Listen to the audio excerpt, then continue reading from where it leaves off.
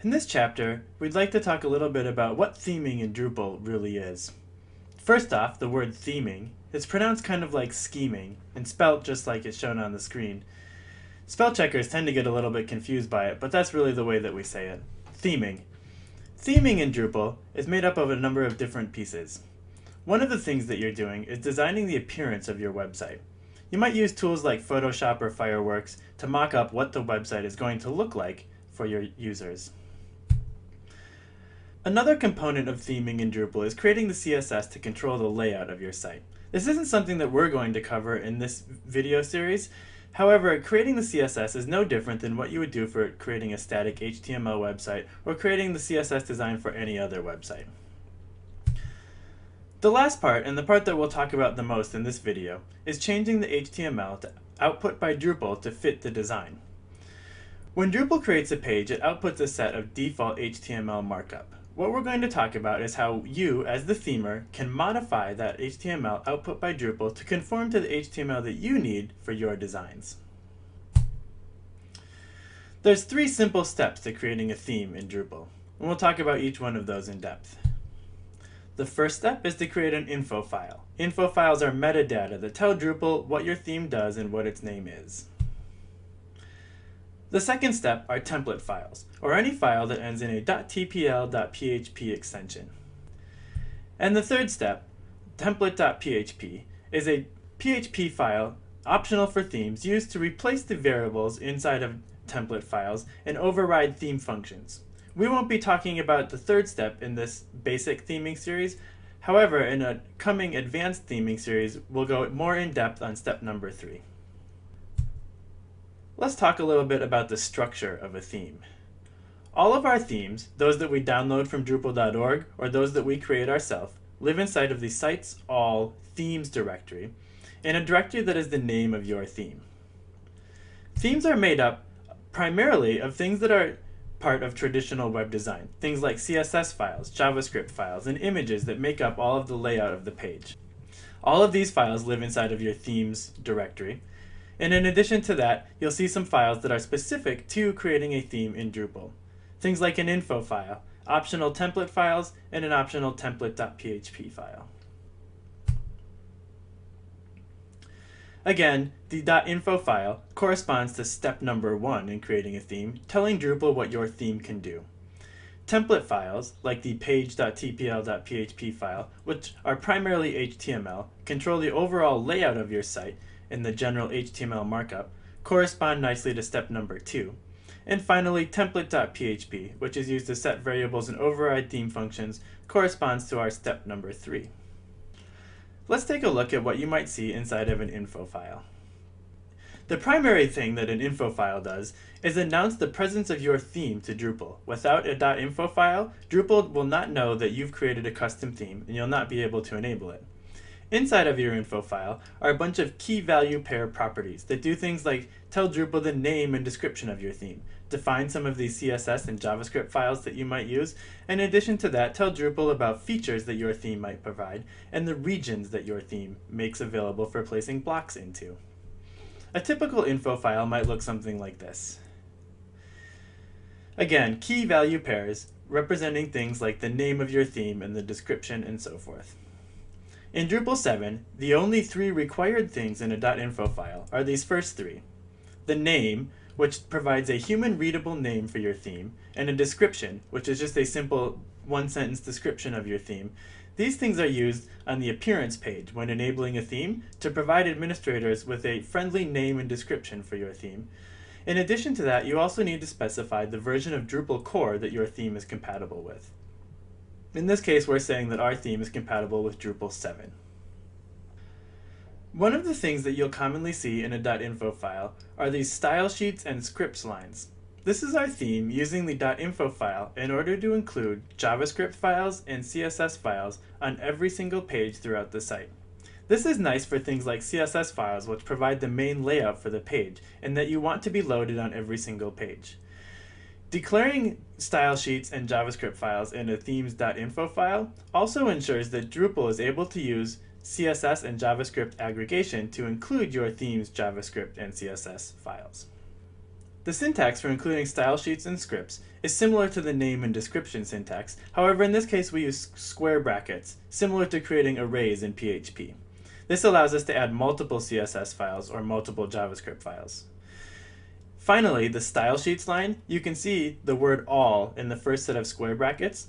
This maps to the media attribute in the link tag used when including a style sheet on the page. So you could, instead of using all, use words like print, and you would end up with a style sheet that had a media attribute of print and would only be used when someone is printing the page.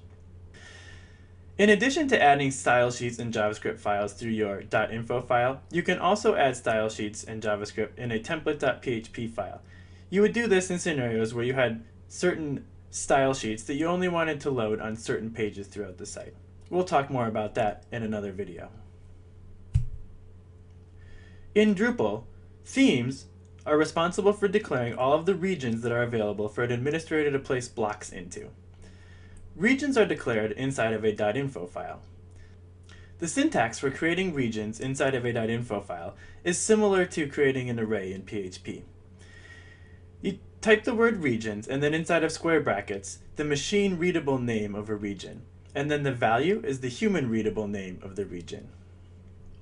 A couple of important things to note when creating regions in a Drupal theme. First, regions are optional. You don't actually need to add any regions in your theme. And if you don't add any regions, Drupal will assume a default set of regions. The default set of regions include a sidebar first, sidebar second, content, header, footer, highlighted, and help. As soon as your theme declares one region, the defaults are ignored, and Drupal assumes that your theme will declare all of the necessary regions. One important thing to point out for Drupal 7 themes is that the content region is required in order for your theme to be enabled. Once you've added regions to your theme, they become available for an administrator to place blocks into, and it looks something like this. You can see I've declared a sidebar first region, and on the block administration page I now have an option to add any blocks to that first sidebar, the human readable name there. And I also have inside of my page template file, in the page variable, the sidebar first region, which will contain all of the blocks that are in that region for that particular page. Another thing that you may or may not see inside of a themes.info file is the declaration of features. Features allow you to create single Boolean variables and a checkbox that maps to those variables on the theme setting page. You might create a variable for something like logo or slogan that inside of your page template file or other template files you can check and see, did the administrator of the site click the checkbox that corresponds to my logo feature? If so, I may want to print out some additional markup on the page. If not, I may want to skip printing out that markup. Again, if you don't provide any features in your theme, Drupal assumes a default set of features. Those defaults are logo, name, slogan, node user picture, favicon, main menu, and secondary menu, and the corresponding checkboxes to turn those things on and off when configuring settings for your theme. Those are the most common things that you'll see inside of a .info file. There are a few additional things, but we'll talk more about those when we actually get to creating a .info file and editing some of those configuration variables. The next thing that you'll take a look at with theming are template files. Template files in Drupal are where the real theming work happens. Template files, or any of these files that end in a .tpl.php extension, contain mostly HTML and a little bit of PHP. What they are HTML files that contain simple print statements to print out the dynamic content provided by Drupal wrapped in HTML that creates the structural markup of your page, or things like nodes, blocks, or any element that's displayed on the page. Template files control the overall layout and markup of your site. The majority of things that you will do when theming take place inside of a template file. Here's an example of how these template files work. When looking at a page rendered by a Drupal theme, it's actually made up of a number of different template files. The wrapping portion of the page, things like the opening and closing div that may contain all of the different regions, the header and the footer and so forth, live inside of a template file called page.tpl.php. That template file is used once to theme the entire page. The different components of the page, however, may be run through their own template files before being printed out. For example, in our mock-up here, we have two regions with blocks in them. The one on the left shows all of the nodes on this front page, and the one on the right shows a number of additional blocks, presumably placed there by the administrator. Each of those blocks is rendered inside of a region, and that region has a corresponding region.tpl.php. And inside of that region, you have things like all of the nodes that make up the center content of the page. Each one of those nodes, when it's printed to the page, uses the node.tpl.php file. And each one of those blocks over on the right, those use a block.tpl.php file. It's important to note that some of these template files, things like node and block for example, may be used more than once when presenting a single page. This makes it really easy to create markup for something like a node and have it be reused for every single node every time it's printed out. An example of a template file might look something like this. This is the node template file from the Bartik theme that ships with Drupal 7. You can see there's definitely some PHP in there, but it's limited to primarily simple print statements and a couple calls to this render function. And then a bunch of HTML that makes up the main markup for any node that's being displayed. One of the things that you'll probably notice in this node.tpl.php file is the use of the render function, and also later on you'll see the hide and show functions. As we dive in and start looking at template files in Drupal, one of the things that you'll need to learn about are renderable arrays. From the theming perspective, renderable arrays are a mechanism that allows Drupal to delay the rendering of any content to HTML for as long as possible. This means that Drupal tends to pass around pieces of content like a node or a block and all of the different things that make up that node as a large structured array that at the very last moment gets rendered into HTML by using the render function. This makes sure that both modules and themes have a large amount of flexibility when it comes to adding and removing things from the page. In order to really understand why Drupal 7 uses this concept of renderable arrays, I think it makes sense to step back for a second and take a look at how things were done in Drupal 6. In Drupal 6, you might have a node template file, and in that node template file, you have a simple variable named $content. Your template file prints out that $content variable, which contains the body of the node and any additional CCK fields or information that may have been added to the body of that node.